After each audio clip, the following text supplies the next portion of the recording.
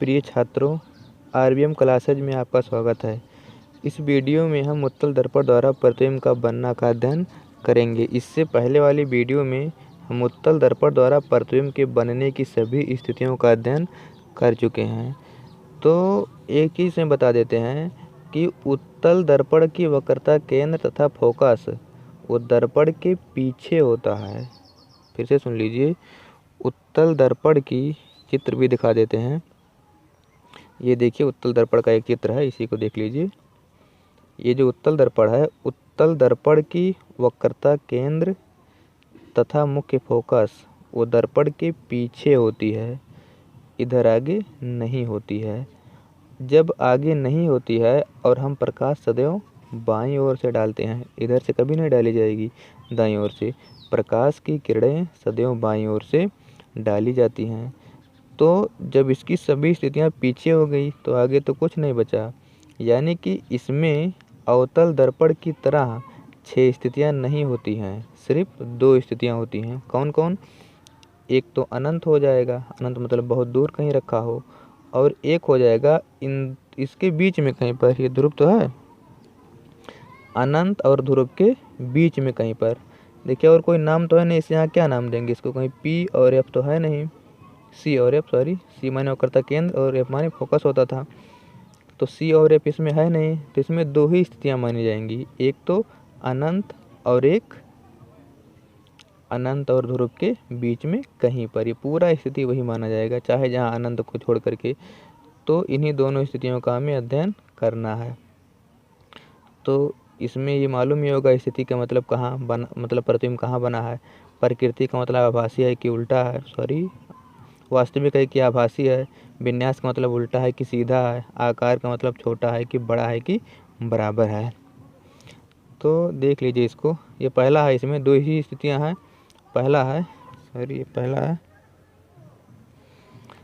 जब वस्तु अनंत पर हो। जब वस्तु अनंत पर, अनंत माने बहुत दूर रखा हो। तो इसको बताए थे कि जब वस्तु अनंत पर हो तो अनंत से किरणें आएंगी। और एक चीज़ याद रखना कि अनंत से आने वाली किरणें मुख्य अक्ष के समांतर मानी जाती हैं। जब भी किरणें अनंत से आएंगी तो वो मुख्य अक्ष के समांतर मानी जाएंगी। और जो मुख्य अक्ष के समांतर किरणें होती हैं वो दर्पण से परावर्तन के पश्चात मुख्य फोकस से होकर जाती हैं अवतल दर्पण में, और उत्तल दर्पण में मुख्य फोकस से होकर जाती हुई प्रतीत होती हैं। इसमें प्रतीत होती है ना, ये मुख्य फोकस होता है जहाँ से जाती हुई प्रतीत होती हैं। ये मुख्य फोकस वाली परिभाषा में बताया गया है। तो हमें तो परिभाषा पढ़ना नहीं है, हमें प्रतिबिंब देखना है ना। तो ये किरणें जहाँ पर मिलेंगी वहीं प्रतिबिंब बनेगा। तो ये किरणें कहाँ मिलेंगी? ऊपर तो कहीं मिलेंगी नहीं, तो यहीं मिल जाएंगी, तो यहीं पर हमें प्रतिबिंब इसका बन जाएगा, यानी कि यह पर बनेगा। इसको याद कर लीजिए, अगर अनंत से किरणें आएंगी तो उसका प्रतिबिंब मुख्य फोकस पर बनेगा। ऐसे अवतल में भी बना था और इसमें भी बना है। तो अनंत से जो किरणें आएंगी वो मुख्य फोकस पर बनेगा। तो इसको हम भर देते हैं, इसमें लिख देते हैं कि जब वस्तु कहाँ पर हो, अनंत वाला, ये स्थिति है। पहला स्थिति कहाँ है प्रतिबिंब की, कहाँ बना है? मुख्य फोकस पर, यानी कि एफ पर। एफ माने मुख्य फोकस, स्मॉल एफ माने फोकस दूरी। प्रकृति कैसे है? अब देखिए, इसमें प्रकृति वाला थोड़ा सा समझना पड़ेगा। देखिए, प्रकृति कैसे पता चलता था? अगर डाट डाट करके बना है तो आभासी है, अगर वास्तव में मिला है तो वास्तविक है। तो इसमें कैसे मिला है? डाट डाट करके, यानी कि ये आभासी प्रतिबिंब है। तो यहाँ लिखेंगे हम आभासी। और जब आभासी है तो क्या है? उल्टा, बिना देखे। देखिए, इसमें तो नहीं पता चल पाएगा, लेकिन जब आभासी है तो उल्टा ही माना जाएगा। सॉरी, सीधा। आभासी है तो सीधा, वास्तविक है तो उल्टा। अगर आभासी है तो सीधा माना जाता है, वास्तविक है तो उल्टा। आकार कैसा है? देखिए, आकार तो अत्यधिक छोटा है बिंदु के आकार का। चाहे बिंदु का आकार लिख देते हैं, चाहे अत्यधिक छोटा, अत्यधिक छोटा। ठीक, उसके बाद एक स्थिति और बचा है, उसको भी देख लेते हैं। वो स्थिति क्या हो सकती है? वो जो स्थिति है दूसरा, वो रहेगा कि अनंत और ध्रुव के बीच में कहीं पर। तो उसको हम देख लेते हैं इस चित्र में। देखिए, ये अनंत है और ये ध्रुव है। अनंत और ध्रुव के बीच में कहीं पर भी रखी है। तो देखिए इसमें एक तो मुख्य अक्ष के नीचे भी बना है प्रतिबिंब वस्तु, चाहे ऐसे समझिए कि एक तो नीचे बना और एक तो ऊपर, चाहे इस पूरे को समझ लीजिए। पहले ऐसे समझिए कि एक तो नीचे बना है, सॉरी ऊपर बना है। पहले यहाँ से लेकर के यहाँ तक कोई मान लीजिए एक वस्तु है, तो अगर ये वस्तु होती यहाँ से यहाँ तक तो एक मुख्य अक्ष के समांतर गुजारते और एक वक्रता केंद्र की ओर जाते हुए प्रतीत होने वाली किरण गुजारते, क्योंकि एफ से तो ये जाएगा मुख्य अक्ष के समांतर वाला, तो सी से गुजारेंगे ना, यही तो नियम होता है, एक सी से और एक एफ से गुजारते हैं। तो ये मुख्य अक्ष के समांतर है, ये मुख्य फोकस से होकर जाते हुए प्रतीत होगी और ये वक्रता केंद्र की तरफ जाती हुई प्रतीत होने वाली किरण दर्पण से परावर्तन के पश्चात उसी मार्ग पर वापस लौट आएगी। ये दोनों किरणें जहाँ मिलेंगी वहीं पर हमें इसका प्रतिबिंब बन जाएगा। तो देखिए इसका प्रतिबिंब, अगर यही इतना बड़ा वस्तु होता तो इसका प्रतिबिंब ये होता, ये यहाँ से लेकर के यहाँ तक, क्योंकि देखिए ये किरणें इधर से और एक किरण यहीं तो मिली हैं, दोनों किरणें यहाँ पर इसका प्रतिबिंब बन जाता। तो इतना ही समझिए केवल। और ये नीचे रखा है ना, अगर नीचे रखेंगे तो नीचे बनेगा और ऊपर रखेंगे तो ऊपर बनेगा। तो इसको जो है हम भर देते हैं देख करके। स्थिति कहाँ बना है,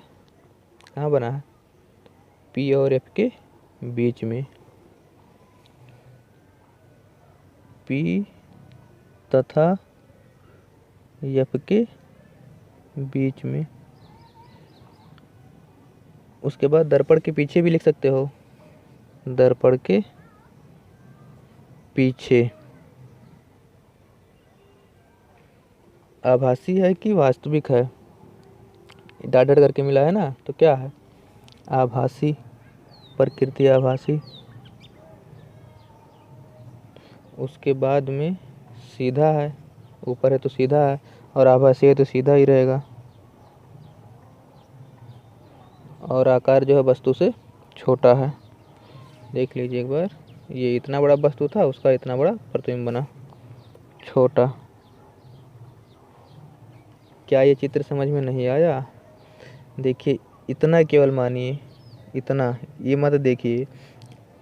तो ये वस्तु और ये प्रतिबिंब, इसमें जो है दो चित्र बन गया है, मतलब एक वस्तु मुख्य अक्ष के ऊपर भी रखा गया और एक नीचे, लेकिन हमें केवल इतना ही बनाना था, ये पूरा बना दिए हैं। इतने को केवल समझिए तो समझ में आ जाएगा। तो इस प्रकार से जो है उत्तल दर्पण वाला भी खत्म हो गया। इसमें दो ही स्थिति थी। उत्तल दर्पण में हमेशा आभासी प्रतिबिंब बनता है, याद रखना, उत्तल दर्पण में हमेशा आभासी बनता है और जब आभासी बनेगा तो सीधा ही बनता है। और अवतल दर्पण में 5 स्थितियों में वास्तविक बनता है और केवल एक स्थिति, और वो स्थिति ध्रुव और मुख्य फोकस के बीच की स्थिति है जब आभासी और सीधा बनता है। तो इन सब चीज़ों को याद रखना, ये सभी न्यूमेरिकल में काम आएंगे। इससे जो है चिन्ह पता चलेगा, गिनती दिया रहेगा कि एक दर्पण का प्रतिबिंब 20 सेंटीमीटर दूर बनता है, तो जो 20 सेंटीमीटर है वो धन में आएगा कि ऋण में आएगा, ये पता लगाना रहेगा। उस जब प्रश्न आएगा तब उसको बताएंगे, लेकिन जब यहाँ पढ़े रहेंगे तब वो और आसानी से समझ में आएगा। तो अब हम इसमें और नहीं बताएंगे, अगली वीडियो में बताएंगे, क्योंकि अब बताना है रेखीय आवर्धन, तो इसमें ठीक नहीं रहेगा, उसको अगली वीडियो में बताएंगे हम। ठीक है, तो अब अगली वीडियो का इंतज़ार करिए, जल्द ही अपलोड हो जाएगा वो।